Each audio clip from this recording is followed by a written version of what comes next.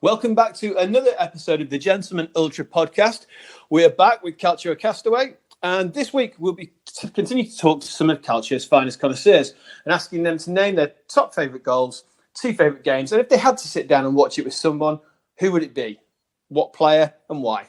Last week we started off talking to Dominic Liss, and we had fun doing that, going right back into some history there, especially with the Torino teams. And this week we're joined by another great guest. It's ESPN's Andrew Cesare. How are you, Andrew, and how's life without football been treating you? Hey, Richard, thanks a lot for having me on. It's been, same as everyone, really. It's just been a bit just sitting around and waiting for football to come back, hoping that the Serie A doesn't get cancelled this year and we can have a bit of a title race. But, the return of the Bundesliga is giving me hope that there is a sort of a way out, if you will, for Serie A. So let's hope we get some more football soon. Yeah, well, announcement yesterday, as we're speaking today, it's we're looking at the 22nd of May, and they are talking about 13th of June, potentially, if not the 20th of June, to kickstart it. So, fingers crossed that it does come back, even if it's going to obviously be behind closed doors, because has been missed. But, it does end up seeing us all watch a lot of old reruns, a lot of nostalgia going on at the moment, particularly dropping in today the mention of 10 years since Inter's treble win. I thought I'd get that in early because otherwise I'll talk about it later. But so plenty for me to watch today. So it's so have you been watching much a lot of old football last couple of weeks, months? I have, yeah. Actually, I've been just enjoying the nostalgia, looking back at some of the old clips on YouTube, some of the old Football Italia clips, which are always great to watch. I remember, Premier Sport, I think, did a week of just like classic game each day at lunchtime. So that was nice to get back on see some of the old classic kits and like some of the iconic players from the sort of the mid to late 90s era. That was fun. Yeah, I think there's some more on this week as well, which is good because, it's good to look back on those. I've been tweeting out a load of old games and takes you back. Yeah, I've been enjoying some of the players and. You completely forget about, you're watching a game because you're expecting to see Batistuta, and then all of a sudden Alexi Lalas pops up with a header, and you just got completely all about him. It really, and I mean, one thing that always strikes me about that era is the depth. Like you had all these teams like Perugia and Piacenza who had at least one really good player. You know what I mean? Who could be playing for like a top team. Yeah, like Perugia had Nakata, for example, and Piacenza had Dario Hübner and stuff like that. So there's just players all around, isn't there? Like the whole league was just littered with top talent. Oh, absolutely. No, it was fantastic. And you go back, I was talking about this is a day that it's the goalkeepers as well. You're looking, especially in the 90s era, when Zenga's gone to Sampdoria, and every single keeper that seems to pop up is just incredible. You've got Marchigani, Sebastiano Rossi, and you just think it's no wonder that some of the scorelines were low when you look at some of the keepers and the defenders. But yeah, it is good to look back, but that's exactly why we're doing this. So, without further ado, we better kick this off. Otherwise, I'm going to talk about early 90s football all day. But yours, we've kind of touched on Inter already today, and we talked about European success, and we're going to continue that. Your first goal is from a certain Ronaldo. L'anticipo di Moriero che ruba il primo pallone. Attenzione, Ronaldo giudicato in posizione regolare. Attenzione, Ronaldo salta anche Marchegiani e mette dentro il 3-0, ma ha avuto la sensazione che potesse trattarsi di posizione di fuorigioco. Rivediamo. Well, talking of Marchegiani, you just got to mention. Yeah. So tell me about this goal. Tell me why. Obviously, I know for me personally, this is a massive memory, but talk me through yourself and why. Well, so I always think that obviously, so I'm half Italian. My mum's Italian. My mum's born in Rome. But obviously I grew up in England, and Football Italia on a Sunday and watching Serie A, it was just like the Premier League was so far behind, and this was just like a gateway into watching the sort of best players in the world. And whenever you had that chance to watch Italian football at that time, you were watching the players that you just could never imagine playing in England, and that was what was so fascinating about it. And Ronaldo was kind of like, he sort of encapsulated it all in my eyes, because he was, you heard about him for so long, and you very rarely got to see him, and then to see him in a final. And to score a goal that, if you watch the clip on YouTube, I'd say it's about the third replay before you really appreciate what he's actually done, because it's so quick. It's so smart, and it's just so instinctive as well. And I mean, like, as a kid, I'd constantly try to it took me a while to understand what he actually did, but it took me, I kept trying that when I was playing on for my football team and stuff like that, just to try and move from side to side in such a quick motion and but still retain the composure. Like, I just think it's so great, and I just never tire. I could never tire of watching that goal, because I think it's just so good. Because I mean, when you've got so much time as well, because he runs with the ball for quite a while, it's not as simple as people think. You have to retain your composure to get it, just because you got a lot of time to think, and then to sort of shimmy one way and then the other. And Marchigiani, like you said before, is no mug. So yeah, I just think it's such a great goal, iconic performance from the iconic player of the 90s. I think, 100%. And I think as well, when you look at it, the Italian teams were just dominating Europe at that stage. It wasn't. It was only a couple of years before when you had Juve, Milan, and Parma all in finals, and I think it was only Milan that lost. I think a couple of seasons before when it was at Marseille final, and again here you've got two of Italy's great teams. When it's the UEFA Cup final, and you're thinking, it's such a. I mean, for me, it's an iconic night, obviously because of my interleanings, but it's also, I think that goal in particular. I just seen Zanetti smash one in from a ridiculous range that you wouldn't expect to do, and so you're already sort of mesmerized by that. And then I think that it was just like you said before, the way that he approaches that, he's almost got too much time to think, like you say, too much time to think. And Marchigiani comes out for that. He almost like you say, that shimmy, he just literally sits him down, and it's that composure in such a big game, even though they are 2-0 up at the time. It's just that composure that you just think, wow. And I mean, Ronaldo that season was, he's phenomenal. And you just, for me, it's a massive, massive memory, because you're right. I think what it does there is, this isn't some little bit of a backwater where, you may be watching on the highlights on Gazzetta, and, one of your favourite players potentially goes and scores an amazing goal, but it's against Pescara or something. This is against a very, very good Lazio team. Exactly, and it was like you said. Sorry, about the UEFA Cup in the 90s was just dominated by Italian teams. I think that really shows to the depth of the league, because obviously only one team qualified for the Champions League, and then they're only basically up against the best teams from all the leagues.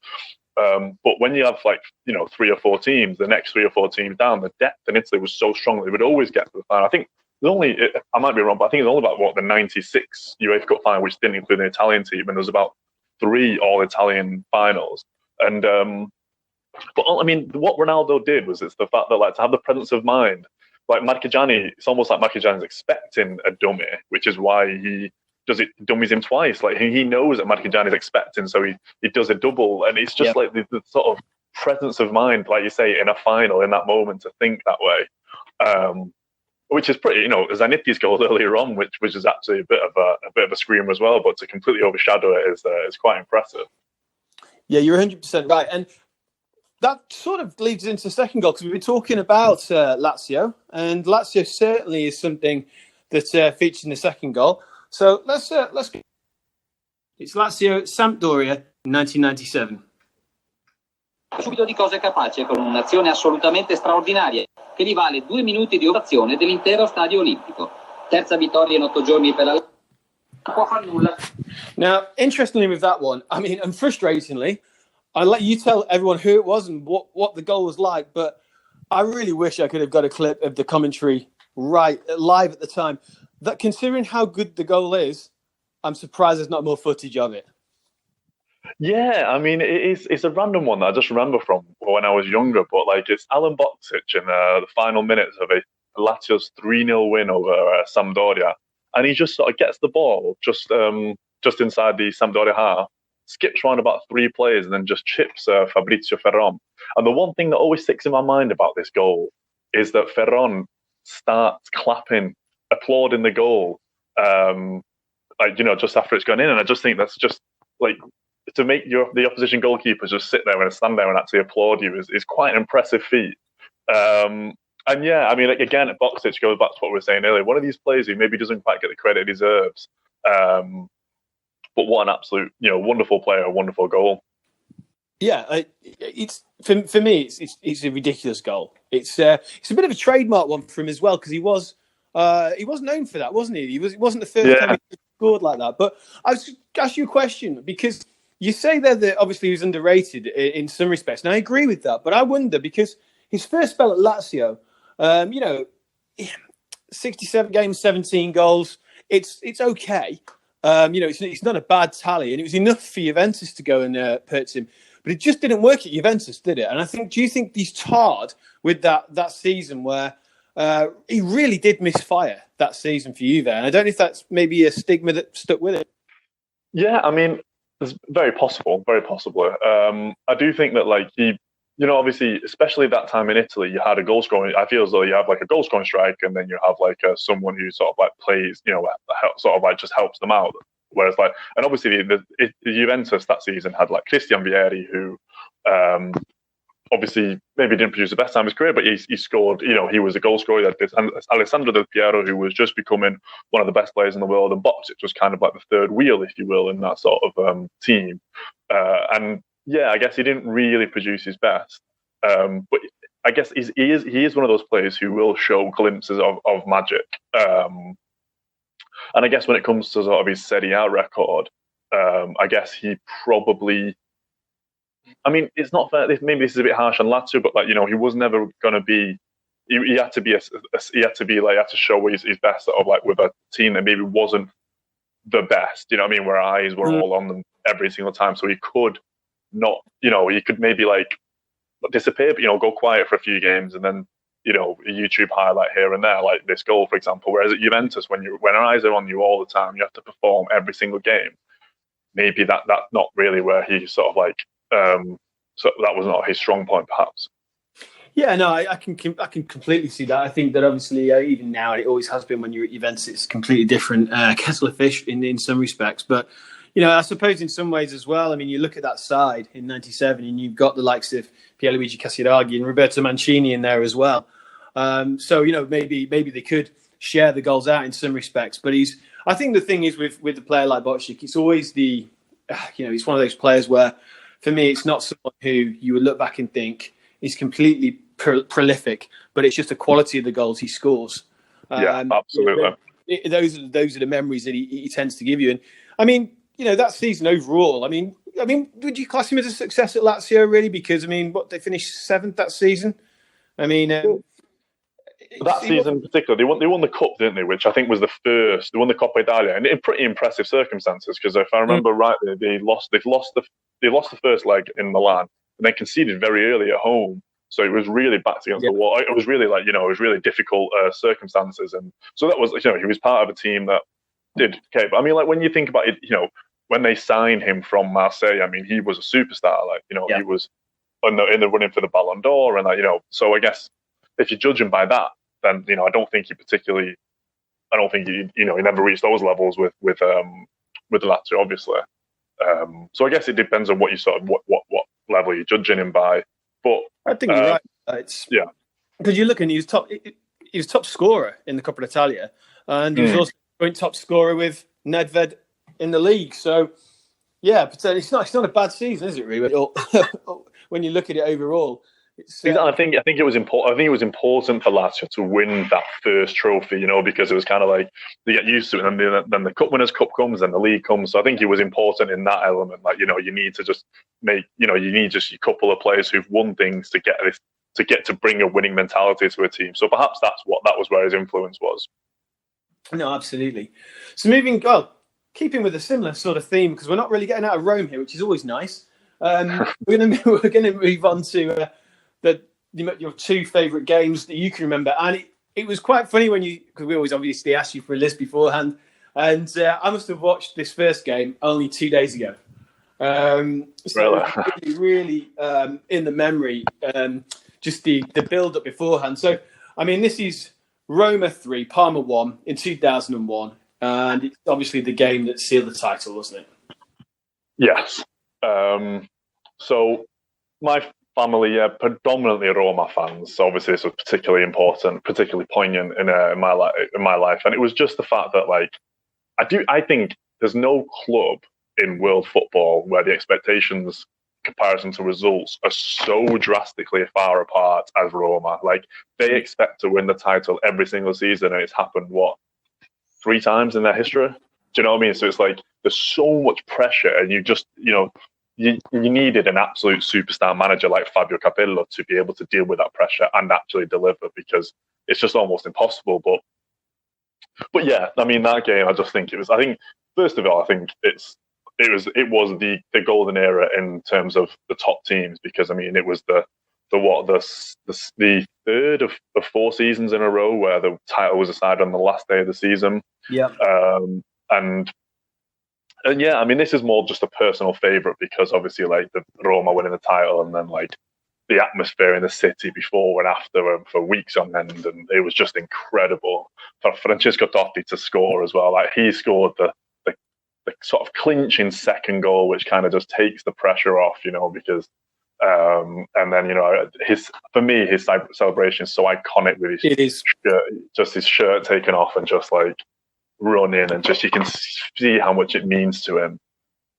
It was an incredible celebration. I think when I recently watched that, like I said, it was on one of the old Gazzetta Football Italians, and James Richardson at the beginning is talking about the city and what's going to happen in the city, and he's in the stand, and he's bizarrely he's with Ray Clements, and you can just feel the atmosphere building, and because he's in the press box and they're talking there, and you could just feel it build, and for them to, like you say, I think you're 100% right. The pressure on the Giallorossi every season is immense, but the pressure they must have been under to beat Parma in that game, and that Parma team. I mean, don't get me wrong. Whilst the Roma team had the likes of Montella and Totti and Battistita, obviously the goal scorers on the day, and Walter Samuel and Cafu.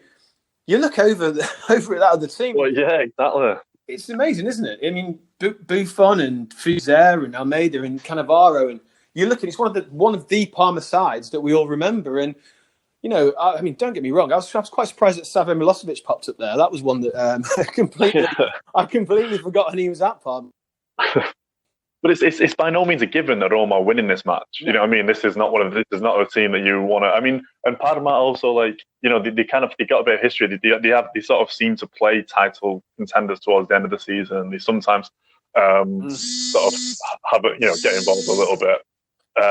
And yeah, like you say, this was absolutely by no means a given. I mean, all it takes is for a Buffon masterclass, and there's a very, very strong chance that Roma just don't score. So I mean, it was a very difficult game to sort of have, but obviously the Roma managed to overcome it, and just amazing, just absolutely amazing scenes. Like, I still have the CD from the Venditti concert in Rome that night, and like the atmosphere when all the players turned up to the concert in Circo Massimo, and like it's just incredible, absolutely incredible. Well, they were building the stage beforehand. They couldn't not win. Yeah, I don't know what would happen, because they'd already decided where they were going to lift it, where they were going to take it. They'd had everything. I mean, like I said on that thing I was watching with James Richardson, he's taking you round at the beginning saying, this is where it's all going to happen, and look at the stage being erected now, and you're thinking, if they don't win this, it's going to be horrendous. And I don't, I honestly think, you mentioned Buffon there.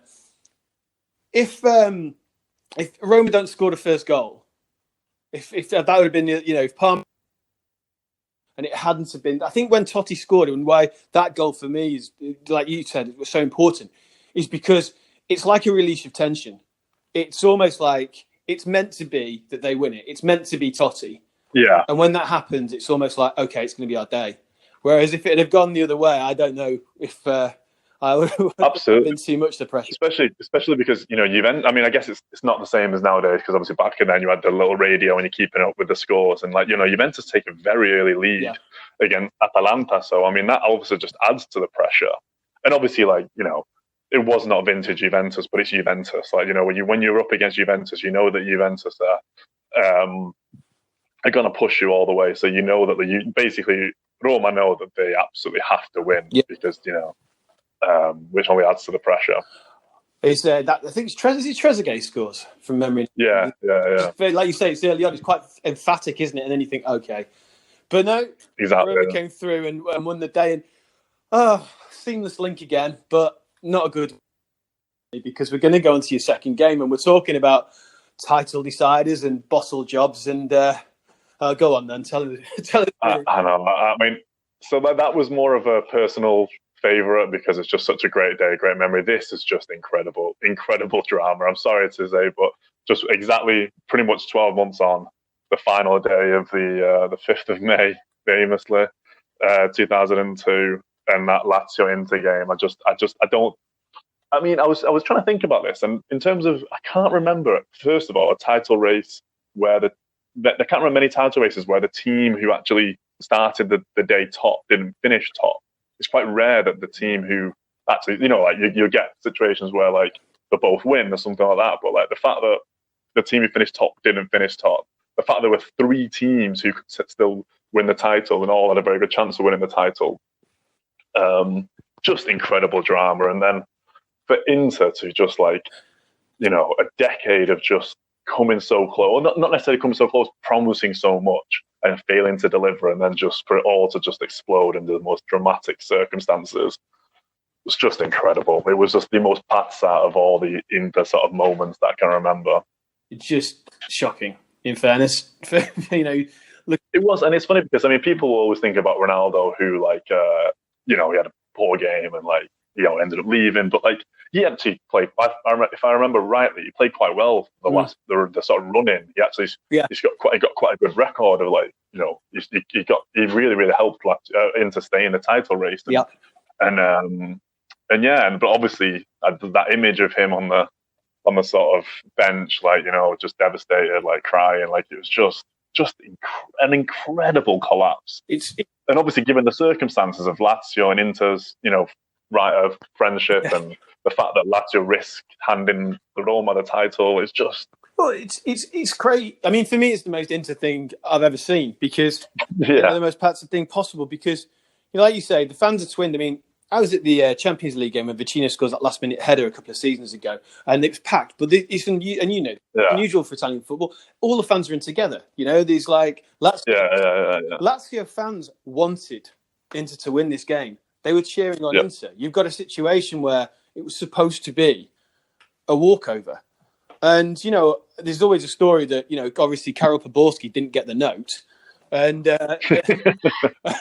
what was supposed to happen. And obviously, at half-time, they know that Roma aren't going to win the title. So they decide to, maybe we go out and play, and words are said. And then, obviously, the result goes that way. But, even then, how Inter got so blindsided from that, whether it was just the fact that they were, expecting to walk over there. But, it's true, though, isn't it, in some respects, that Italian teams at that time, and this is not just between Inter and Lazio, this happened with Milan, with Juventus. I remember a game, Milan in Brescia, 1995, and it was disgraceful. Brescia needed to stay up, Milan needed to win a point to win the title, point to stay up, and bizarrely, it was 1-1. And, this happened all the time. And absolutely. It was crazy why Lazio decided to play in a sense. Well, it's just funny, isn't it? Because it's kind of like, you'd be sat here sort of saying if Lazio had kind of just laid down and died, everyone would be asking the question typical. And then when they don't, it's almost like, why is it this one time that they choose not to do it? And it's just a bit it was so emphatic as well. It wasn't just 1-0. They scored, was it 3 second half goals, or was it, did they got and it was just and it's the fact that Inter were 2-1 up, that sort of and then all of a sudden to just lose in that fashion is just crazy. Because I thought Inter started the game, if I remember rightly, Inter started the game quite well. Yeah. And then just completely tailed off. It's hard to tell with it. Yeah, I would say they started the game quite well, but I think that's because Lazio allowed them to start the game quite well. It was, it's almost a bit of a given. And so, it's you would expect them to. But, yes, well, probably the less... Yeah, it's quite similar into the Roma terms of, obviously, Roma were at home against Parma. But, Lazio, obviously, Lazio's collapse was quite big in terms of, from the 2000 title-winning team to 2002, where they're just about, trying to get into the UEFA Cup. But obviously it was always going to be a tough game on paper because they are playing one of the best teams. But to lose in such fashion was crazy. Oh, completely. And I think that there are teams where I think sometimes when you look at the greatest teams, sometimes and when you look at the way Juventus tend to operate in those situations, Bayern Munich, etc., those are the sort of games that they don't lose. And I think for a long time, waiting for that first title for 13 years, it was. It's almost like you've got an agreement with Lazio, then you get this sucker punch, and it's like a boxing match. You're supposed to go down in the third, and then when they don't, you haven't really got a plan. So it's true. Yeah. Italian football that we moan about the fact of we've seen so many games where it's happened. Then you think, why not? Because normally what happens, like I said before, use that. That happens, and then the papers say, "Oh, this is terrible. That's happened." Then it gets forgotten about in 2 days' time. Yeah, that should have been normal procedure, but it wasn't.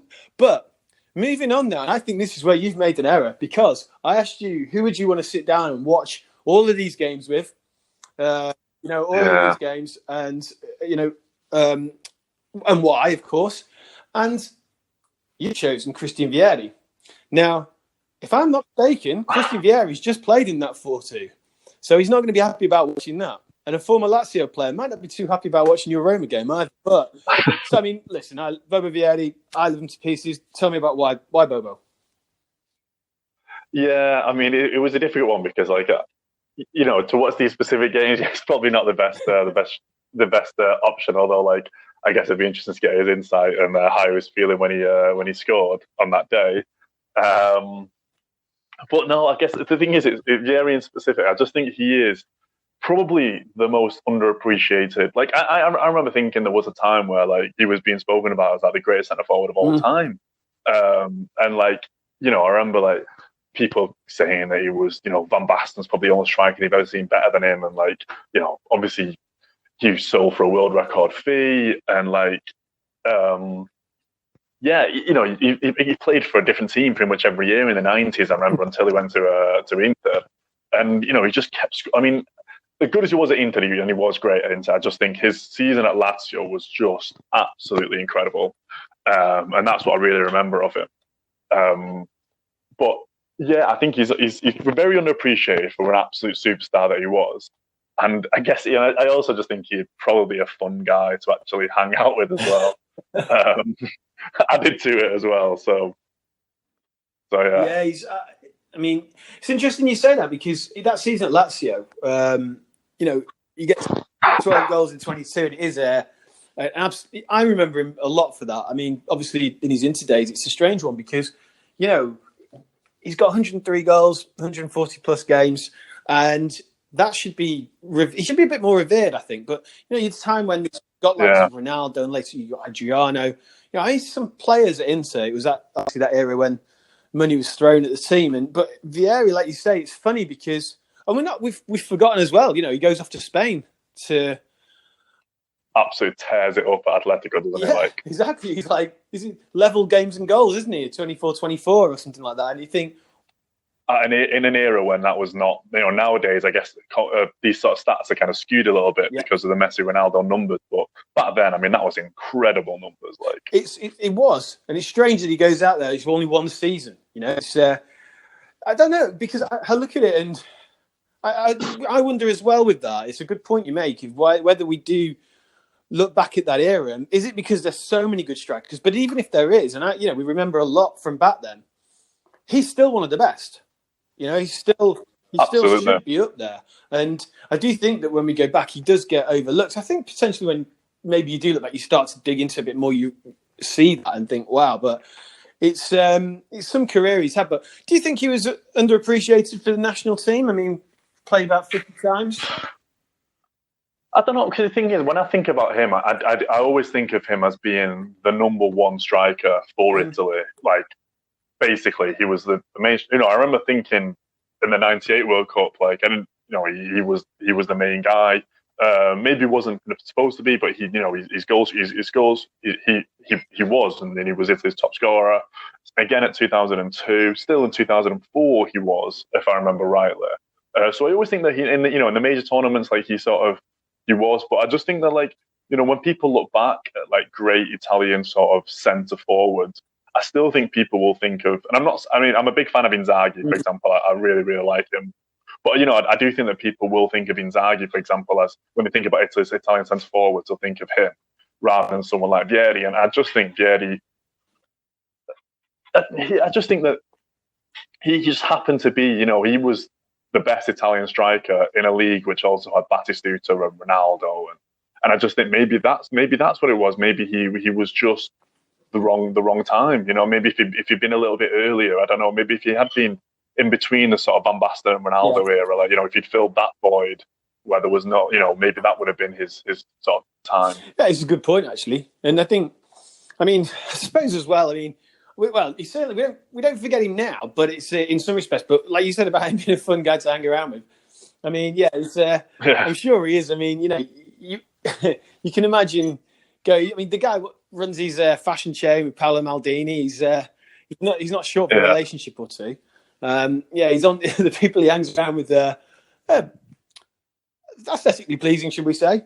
And he's obviously got his restaurants in Milan, so he's obviously a character as well. But I think at that time, he was so strong, such a strong player, and you just seem to have everything. Strong. Yeah, I'm trying. The thing with Vieri as well, I think, is I can't think of anyone now to compare to him. Like sometimes we go, "Oh, this guy's going to be the new Ronaldo. This guy's going to be." Reminds me of Batistuta, whatever. I do. Well, not many do that, but then I can't think of any player now who I could liken him to. He just seems to be one of a kind for me. Yeah, absolutely. Because like the thing, he didn't lack anything, did he? He'd score absolute screamers. He'd score important goals. He'd score hat tricks. He just had everything. But he was obviously like. At the same time, there was no one particular thing that you'd be like, this is necessarily his strong point, because he was like really good at so many different things. And I just think that he was, he was just the player that you wanted in front of goal all the time.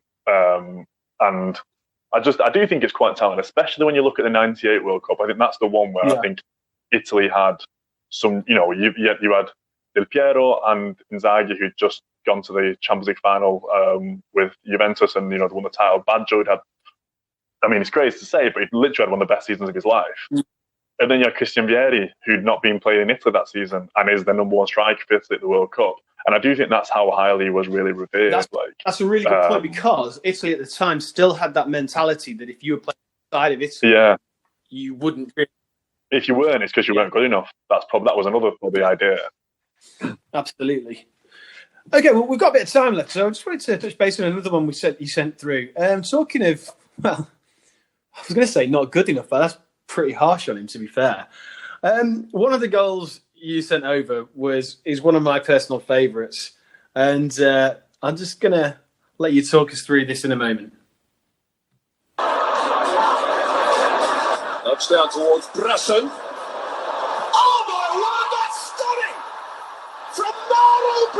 To Fiorentina. Bresson goes. So, what we want to ask there is for some of our listeners who may be just saying, "Who's that?" Tell them who it is and why that is so spectacular.